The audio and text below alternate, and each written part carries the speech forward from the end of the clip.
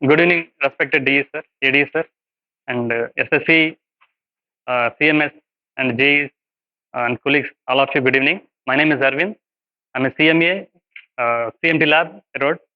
Today, I will tell you about materials and their properties. Okay. First, we have to know about the materials. Materials and the properties. I am telling. First, I am telling about the materials. What is the material means? What is the material? For example, if I want one tool, we are talking about metals only. In metals, again we are talking about ferrous and non-ferrous only. Why we are giving more preference to ferrous and compared with the remaining so many metals are there, but we are giving ferrous is the more preference we are giving. Why? I will tell you. Next, metals are subdivided into ferrous and non-ferrous, right? Ferrous means iron and its alloys. Iron and its alloys are called ferrous materials. Non-ferrous means other than iron and their alloys. Metals, next iron ferrous is completed. Now we are going to non-ferrous.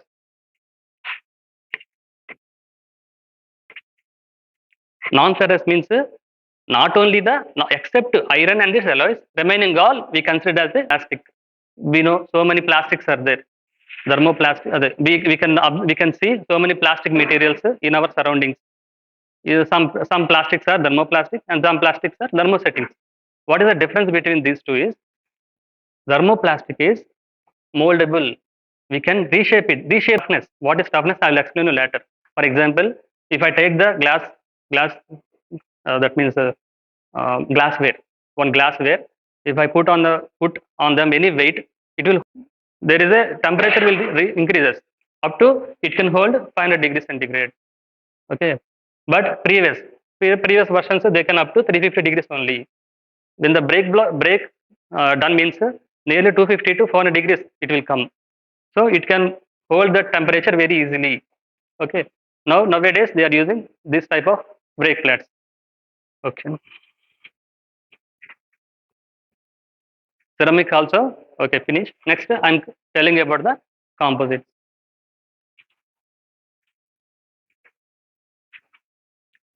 Composite means, for example, uh, I have two products. One product is very good in one particular property only. Another property is it is not a good. Another one, I have another material. It has a one product only, one property only, good one. Another one is not good. But I require two. But I require two good properties from the two substances. At the time, we have to add these two materials in the particular ratio and we get the new product. It can show both properties, both good properties. Those are called composite materials. Understand? See, mixture of mixture of metals, ceramics, polymers, anything. We can take any material, mixing, mixing in the particular ratio only. Combination of properties obtained. Different properties of that material which we combine means in a particular ratio we combine we can get the good properties of all the materials. Those materials are called composite materials. Okay. In our railways, FRP, fiber reinforced polymers are there. These are used in the side and upper parts of the coaches.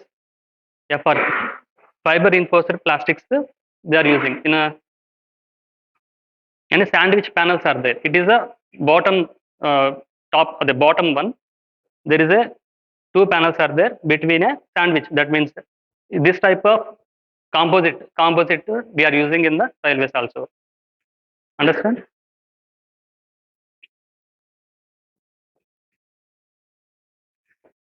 This is the classification.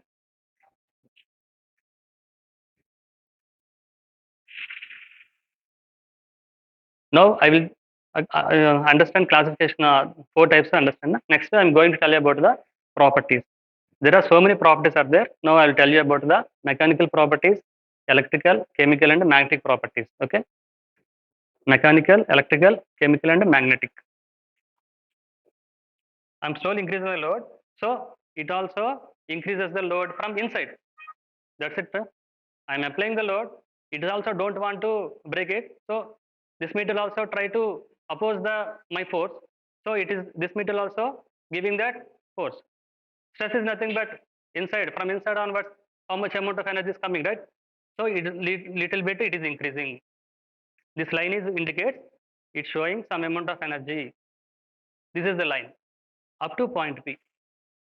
Up to point B, it will try. It will try up to point B. After at point B, what is the indication means?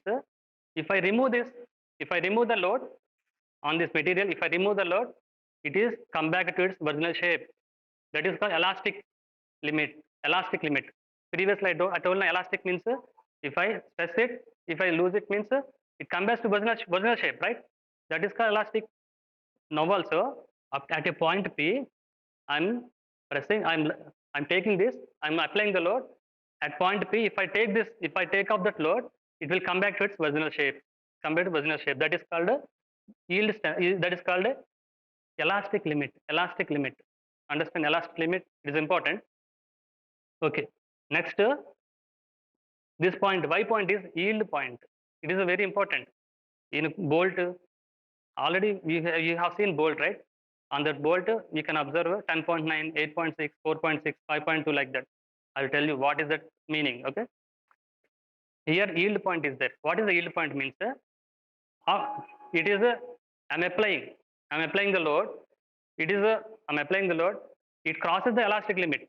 It crosses the elastic limit. So actually, after elastic limit, it is converting into plasticity.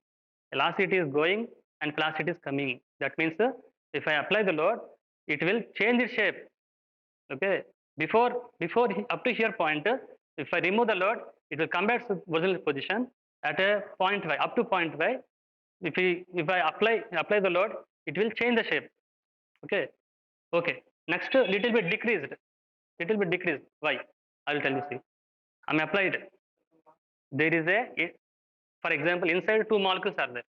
Inside two molecules are there. I'm applying the load. There is a gap will come. Okay, up to some extent it will allow. After some time, the gap, that means the bonding between these two molecules will break. Bonding between these two molecules will break. So they break means it don't have the some amount of power inside. Molecules are breaking, so it doesn't have the amount of power to face my load. So it lost its battle and come back to its own side. Okay. After some time, again it is increasing. Why it is increasing? Why means I break the load, right? I break the inside that molecules are broken, right? This second one, it is going to very nearer to another material, another molecule, right? There is a bonding between these two. Like this, so many new bonds are will form. So many new bonds are will form. Again, it gets the energy to face the applied load. Up to point S, it will fight. Up to point S, it will fight. After point S, the newly bonded molecules also will break and it lost its battle and its power is decreasing. Okay, understand? This is very important point. At point P, elastic limit. Up to point P, if I apply the load, if I remove that load, again it will go back to its original shape. Up to point P. What is point Y means? At up to point Y, up to point Y, I'm applying the load now. Up to point Y, it can go. Wait, yield. That means if I apply the load, it cannot come back to its original shape. Okay, plasticity is started. Plasticity is started. Okay, next point S means it is the we are main observer point Y and point S only. What is point S means? Ultimate tensile strength. Before breaking any material, how much amount of load it can bear, how much amount of load it can bear. That is the point S showing. Actually, up to point B, up to point B, it is a breaking load. Why we are considering S, right? Up to point B only, na. But I am telling this point only we are observing for the breaking load. How much amount of main load observing. This is the initial material. At a point, yes, there is a one curve is came. What is that curve means? If I increase the load, it will break here, right? Okay. After here, from here onwards, it don't have the power to face the applying load, and finally break here. Okay, this is the tensile strength of the any material. Okay, mainly we have to remember the yield strength and ultimate tensile strength. Okay, understand? Yes, sir. B, sir. B, sir. At B only breaks, sir. Sir. At yes, sir, it will look like this, sir. It will look like a then one curve will form, sir. One curve will form. If I increase the load, it will break, sir.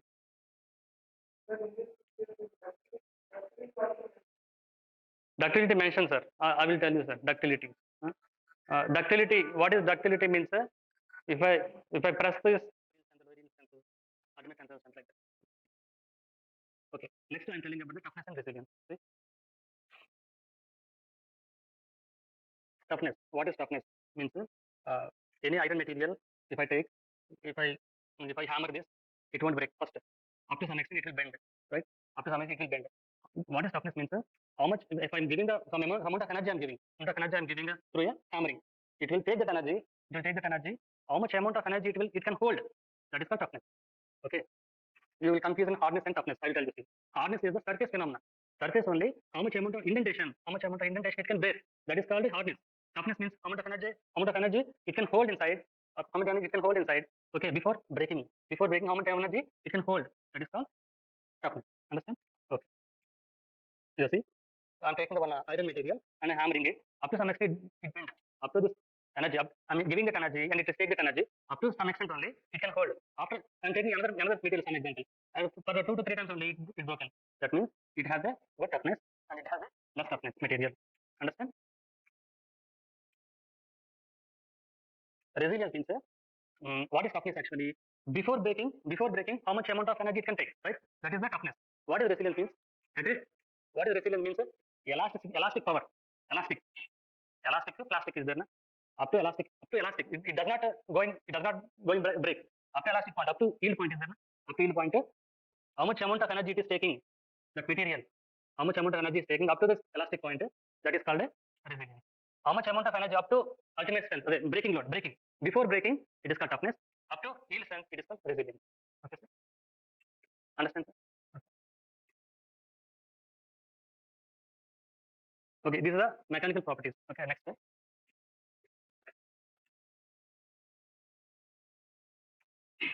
Electrical properties, sir.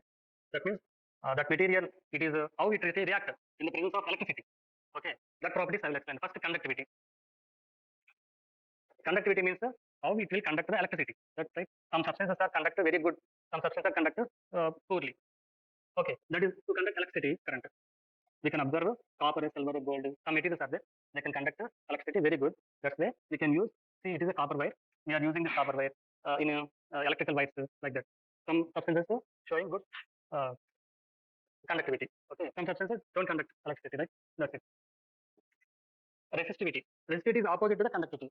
Resistivity is opposite to conductivity. Means conductivity means how much fastly it can allow the current inside. But in the case of resistivity means it will how much amount current it can hold. It can hold up to that. Okay. To resist electric current. To resist it is opposite. Examples are nickel, chromium, nichrome actually, nichrome, tungsten, carbons like this. Nichrome actually we know nichrome means water heaters and um, uh, and the dress we are doing. Right. That one, sir. Next is tungsten. Tungsten inside in the filament is a tungsten material. It is actually heated. It does not. It is actually heated and it does not break. After some temperature, it will heat and it will going uh, light. How it is light? It is giving light means it is resisting that electrons does not allow. It does not allow to go through the current. So it is opposing the current. So it became a red hot. Like this, current is coming. Okay. This is the resistivity. Next is dielectric strength. What is dielectric strength? I will tell you. Actually, insulator we know. Conductor in the insulator. Conductor means it can allow the current inside. Insulator does not allow current. Okay. Up to some current only it can hold.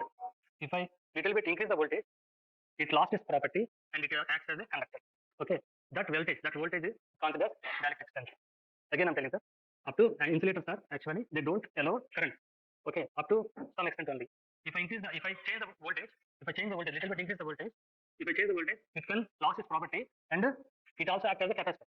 Okay, it also acts as a conductor. Okay, see in our railway, sir, there is a uh, the transformer oils are there. Transformer oils is 30 kilovolts, up to 30 kilovolts. More than 30 kilovolts, it is a good transformer oil. If 30 volts, 30 kilovolts less than coming means maybe it is a contaminated. At the time, we have to change or any operations we have to do. Okay, this is an example for the dielectric strength. An electrochemical property. Electrochemical property means it undergo chemical reaction. It undergo chemical reaction where in the electrolyte. It undergo chemical reaction at the electrode and electrolyte. That is the electrochemical property. Actually, where it is using means batteries, cells. In them, we are using some materials. Those must be undergo chemical reaction at the electrodes and the electrolyte. In the battery also, we can observe the electrode and the electrolyte. In the presence of them, it must be undergo chemical reaction. And in our we are using batteries. In this, lithium cobalt oxide is there in the batteries. As a lithium ion batteries are there in this. We are using lithium cobalt oxide as this material is a good electrochemical property and these undergo chemical reaction in the electron and electrolyte. Okay. Next, photoelectric property. Photoelectric property means any material. If I drop the any light on that material, it must release electrons easily.